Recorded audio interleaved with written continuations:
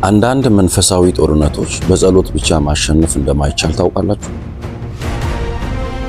አንዳንድ እስራቶች ማለትም ፍርሃት፣ ሱስ፣ መንፈሳዊ ቀንበር የግድ ጾም፣ ጸሎት ያስፈልጋቸዋል። መፈታትም እንዲሆን ከተፈለገ ኢየሱስ እንዲህ ብሏል፣ ይህ አይነት በጸሎትና በጾም ብቻ ይወጣል። ማቴዎስ ወንጌል መጽሐፍ ምዕራፍ 17 ቁጥር 20። ዛሬ በመጽሐፍ ቅዱስ ላይ የተመሰረቱ 4 የጾም መንገዶችን እናካፍላችኋለን። ይህም አጋንንትን እና የአጋንንትን ሥራ የሚያፈርሱ መንገዶች ናቸው። ወንድሞቼ እና እህቶቼ፣ ጾም ራብ መቆጣጠር ብቻ አይደለም። ጾም መንፈሳዊ ጦርነት ነው። በኢትዮጵያ ጾም ከጥንት ጀምሮ የእምነታችን አካል ነው። ነገር ግን ብዙዎችን ኃይሉን ሳያውቁ ይጾማሉ። መጽሐፍ ቅዱሳዊ ጾም ሥጋን ያደክማል፣ መንፈስን ያበረታል፣ አጋንንትን ያስወጣል። ዛሬ የምትሰሙት ትምህርት መንፈሳዊ ሕይወታችሁን ሊቀይር ይችላል። አንደኛው የጾም መንገድ ሙሉ ጾም በመባል ይታወቃል። ይህ የመጀመሪያው መንገድ ሙሉ ጾም ነው። በመጽሐፍ ቅዱስ ሙሴ 40 ቀንና 40 ሌሊት እንጀራ ሳይበላ ውሃም ሳይጠጣ ነበረ በምድረ ተራራ ላይ የተገኘ። በዘጸአት መጽሐፍ ምዕራፍ 34 ቁጥር 28 ላይ በዚያም 40 ቀንና 40 ሌሊት ከእግዚአብሔር ጋር ነበር፣ እንጀራም አልበላ ውሃም አልጠጣም። በጽላቶቹም 10ን የቃል ኪዳኖችን ቃሎች ጻፈ። ኢየሱስም 40 ቀን ጾሟል፣ ጸልዮአል። 40 ቀን ጾሞ ከጨረሰ በኋላ ሰይጣንን አሸንፎታል። ለምን ይሄ ጾም ኃይለኛ እንደሆነ ታውቃላችሁ? ሥጋን ፈጽሞ ያዘላልና መንፈሳዊ ስምምነትን ያመጣል። በጨለማ ኃይል ላይ ስልጣንን ይሰጣል። ይህ ጾም ለጀማሪዎች አይመከርም። በጥበብና በጸሎት መፈጸም ይገባል። ሁለተኛው የጾም መንገድ የዳንኤል ጾም በመባል ይታወቃል። ሁለተኛው መንገድ የዳንኤል ጾም ሲሆን ምንም የሚያስደስት ምግብ አልበላሁም በማለት ዳንኤል መጽሐፍ ምዕራፍ 10 ቁጥር 3 ላይ እንደዚህ ይላል፣ በዚያም ወራት እኔ ዳንኤል 3 ሳምንት ሙሉ ሳዝን ነበሩ። ማለፊያ እንጀራም አልበላሁም፣ ሥጋና ጠጅም በአፌ አልገባም። 3ቱንም ሳምንት እስኪፈጸም ድረስ ዘይት አልተቀባውም።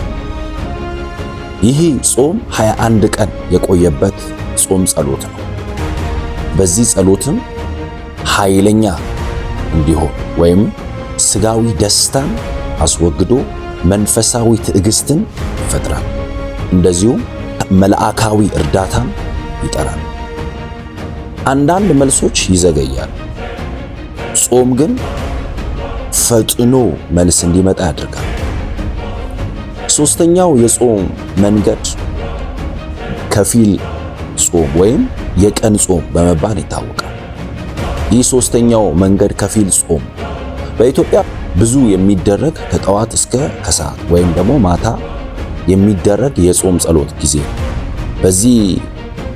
በዚህ የጸሎት ጊዜ ሰዎች ቃሉን በማንበብና በጸሎት በመሞላት የሚቆዩበት ጊዜ ነው።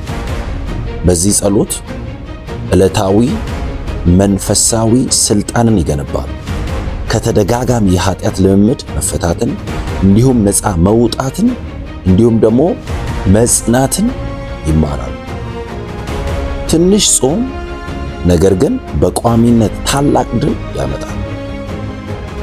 አራተኛ የጾም መንገድ የነፃነት ወይም ደግሞ የመዳን ጾም በመባል ይታወቃል። ይህ ጾም ለአንድ ለተለየ ዓላማ ወይም ጉዳይ ታስቦ የሚደረግ የጾም ጸሎት መንገድ ነው። ለምሳሌ ሱስን ለመቁረጥ፣ ፍርሃትን ለማውጣት፣ የቤተሰብን ወይም የትውልድን ቀንበር ችግርን ለመስበር ይጠቅማል። በመጽሐፍ ቅዱስ ንግሥት አስቴር የ3 ቀን ጾም ጸሎት ነበረ እንዲታወጅ ያደረገችው። በዚህም በአስቴር መጽሐፍ ምዕራፍ ቁጥር 16 ላይ ሄደ በሱሳ ያሉትን አይሁድ ሁሉ ሰብስብ፣ ለእኔም ጹሙ፣ 3 ቀን ሌሊትና ቀኑን አትብሉ አትጠጡ። እኔና ደንግጥሮቼ ደግሞ እንዲሁ እንጾማለን። ማንም እንኳ ያለ ሕግ ቢሆን ወደ ንጉሥ እገባለሁ፣ ብጠፋም እጠፋለሁ። ይህ ጾም ክፉ ዕቅድን ለማፍረስ አጋንንትን ዝም ለማሰኘት የእግዚአብሔር እጅ በሕይወታችን በነገራችን እንዲመጣና እንዲገለጥ የሚያደርግ ጸሎት ነው። አስፈላጊ እውነታዎች። ጾም አስማት አይደለም። እግዚአብሔርን ለማስደነቅም የምንጸልየው ወይም የምንጾመው አይደለም። ጾም ልብን ለማቅናት፣ እምነትን ለማነሳሳት፣ ኃይልን ለማስለቀቅ እንዲሁም ደግሞ ከክርስቶስ ጋር ያለንን ኅብረት ይልቅ ለማቆራኘት የሚጠቅመን መሳሪያችን።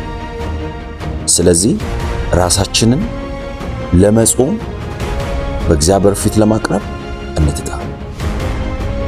ይህ መልእክት ከተመቻችሁ ወይም በዚህ መልእክት ከተባረካችሁ ቪዲዮውን ላይክ በማድረግ እንዲሁም ቻናሉን ሰብስክራይብ በማድረግ እንዲሁም ለሌሎች በማጋራት ቤተሰብ እንዲሆኑ እንጋብዛለን። በኮሜንት ላይም የተነካችሁበትን በመጻፍ ወይም እኔ እጾማለሁ በማለት እንዲጽፉ እንጋብዛለን። እግዚአብሔር ምድራችንን ኢትዮጵያ ይባርክ። ጸጋ ከእናንተ ጋር ይሁን። ቀጣይ በሌላ ርዕስ እንገናኛለን። ሻሎም። ተባረኩ።